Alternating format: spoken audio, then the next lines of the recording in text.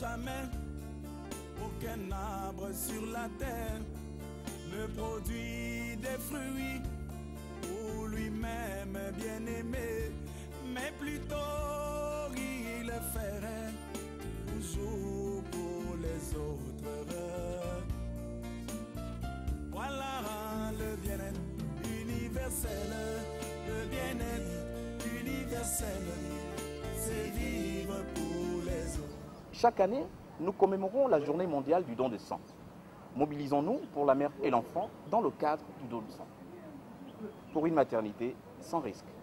Vous pouvez faire votre don au Centre national des transfusions sanguines ou alors à l'hôpital d'instruction des armées Omar Bongo Ondimba. Donner son sang est un geste simple, hautement humanitaire qui sauve des vies. Pour l'édition 2013, la communauté internationale a retenu le thème « Faites le don de la vie, donnez votre sang ». Au Gabon, la population se mobilise pour le don de sang en faveur de la mère et de l'enfant pour une maternité sans risque. L'une de nos indications majeures de transfusion reste encore dans nos services hospitaliers la transfusion chez la mère et l'enfant. 30% de sang que nous distribuons, notamment dans les principaux CHU, c'est encore une fois chez la mère et l'enfant. C'est donc une des principales indications du don de sang. Il nous faut donc nous mobiliser pour cette indication pour aider à aussi baisser la mortalité dans cette population qui est la mère et l'enfant. La maternité est le fondement de la construction d'une société, voire d'une nation. Il se trouve que cette natalité fait l'objet de plusieurs situations dramatiques. En particulier les décès maternels, les décès des bébés. Et c'est pour cela qu'il est très important que l'on affiche clairement la volonté d'accéder à une maternité sans risque. Et à cela, il faut saluer les efforts de la Première Dame qui fait de ce secteur son cheval de bataille, parce qu'elle est certainement convaincue que le point de départ du développement, c'est bien évidemment une bonne natalité. Le don de sang constitue une chance inouïe de soins pour les malades qui souffrent d'un déficit, notamment les femmes qui meurent en donnant la vie. Malheureusement, ce triste constat des décès maternels liés essentiellement à des hémorragies. Rappelons que l'hémorragie maternelle en post-partum, après l'accouchement, est la première cause de décès maternel. Et sans vouloir vous donner les chiffres, je puis vous dire que nous aussi, nous enregistrons encore des décès maternels pour hémorragie, donc peut-être pas par manque de sang, certainement par retard à l'intervention, retard à l'apport de sang, et donc retard diagnostique. C'est surtout les principales causes des décès maternels dus à l'hémorragie chez nous. Pour éviter les complications avant, pendant et après la grossesse, les femmes doivent avoir un suivi régulier chez les spécialistes, d'où ces différents appels. Il ne faut pas que les grossesses soient banalisées. Vous savez qu'il y a encore malheureusement beaucoup de femmes chez nous qui n'ont aucun projet de maternité et qui sont très souvent surpris d'être enceintes. Et vous comprenez que dans ces conditions, assez souvent, les suivis sont tardifs s'ils ne sont pas inexistants. Donc pour les femmes, il faut sensibiliser et leur faire comprendre que la grossesse, c'est sérieux, que l'idéal serait que ce soit programmé. Et si ce n'est pas programmé, qu'on se présente très tôt pour se faire suivre et bien se faire suivre. À l'endroit des personnels, évidemment, toujours demander le même enthousiasme, la même détermination, la même motivation, les mêmes mots que l'on souligne lorsque les étudiants sont en formation, avoir de la disponibilité pour pouvoir cerner tous les problèmes qui risqueraient de nous échapper lorsqu'on baisse la vigilance. Voilà un peu ce que je pourrais dire. Donc côté matériel, vous savez, les matériels, on n'en a jamais assez, puisque la croissance démographique ne s'arrête pas, donc les besoins matériels, certainement, ne vont pas s'arrêter. Donc toujours est-il qu'il y a un effort de la part des pouvoirs publics pour essayer d'équiper nos structures pour nous permettre d'effectuer correctement les missions relatives à la lutte contre la mortalité maternelle et infantile. Comment on fait pour éviter justement dans ce genre de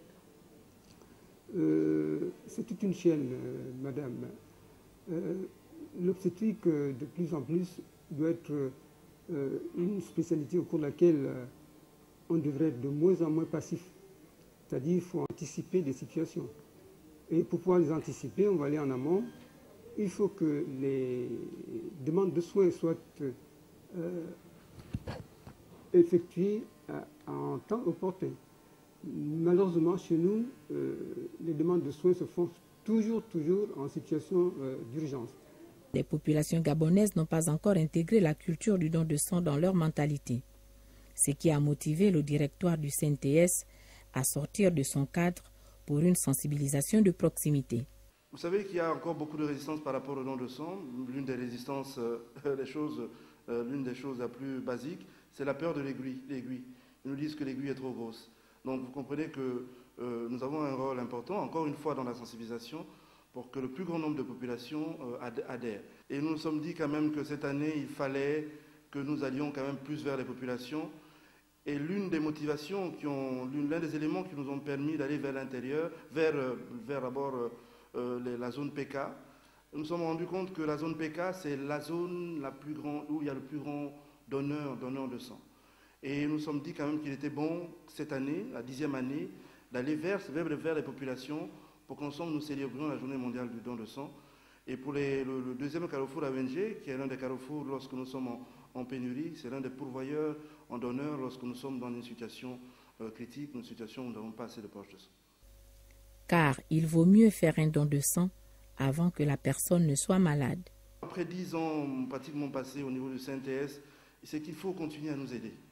Vous savez, l'État fait tout son maximum pour nous mettre à disposition la technologie, mais vous savez, vous pouvez avoir toute la belle technologie du monde, mais s'il n'y a pas de mobilisation au niveau des populations, cela reste un problème à notre niveau, un problème au niveau du stock.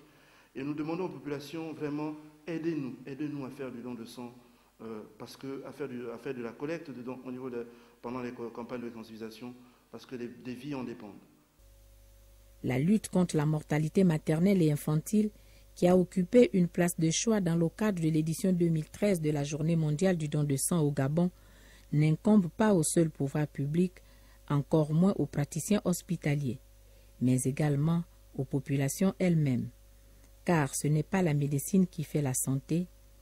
La santé est une culture que les populations doivent désormais intégrer dans leur mentalité, surtout les femmes enceintes. Demander aux populations de ne pas banaliser les grossesses, que les grossesses aujourd'hui cessent d'être des situations accidentelles. Les grossesses doivent rentrer dans le cadre d'un projet.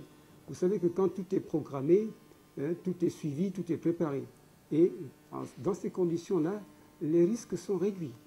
L'organisation de la 10e journée mondiale du don de sang a été une occasion pour le Centre national de transfusion sanguine de mesurer le chemin parcouru. Dans les années 2005-2006, nous étions à 10% de donneurs bénévoles. Et progressivement, au cours de ces 10 années, nous avons réussi quand même à augmenter ce pourcentage-là, ce pourcentage relatif de donneurs bénévoles.